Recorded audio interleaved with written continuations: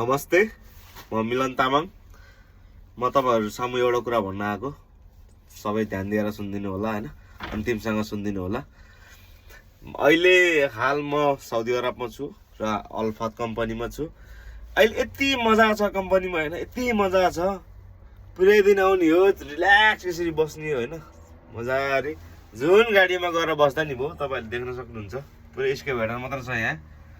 स्काइभेटरहरु मात्रै छ हैन, जुन गाडीमा गएर बस्दा नि भो के। काम छैन, एकदम बिन्दास छ। जति घरमा बस्दाखेरि घरको किचकिच अग्रम बग्रम त्यो छैन के। आयो गाडीमा टक्क बस्ने हो, मोबाइल चलायो, अनि मोबाइल चलाउँदा चलाउँदा चार्ज पुग्दैन भनेर पावर ब्याङ्क साथमा लिएर हिँड्ने हो। यस्तो रिल्याक्स छ कम्पनीमा हैन, मजा, यति मजा छ के। जब महिना पर्छ पैसा यति आउँछ, घर पठाउने कि मैले काट्ने।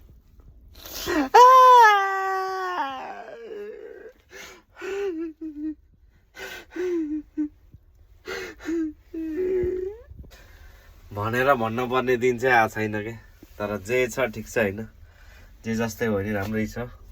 अहिलेसम्मलाई पुगेकै छ, त्यस्तो दिन कहिले पनि नआओस्। जय खाडी लाउरे।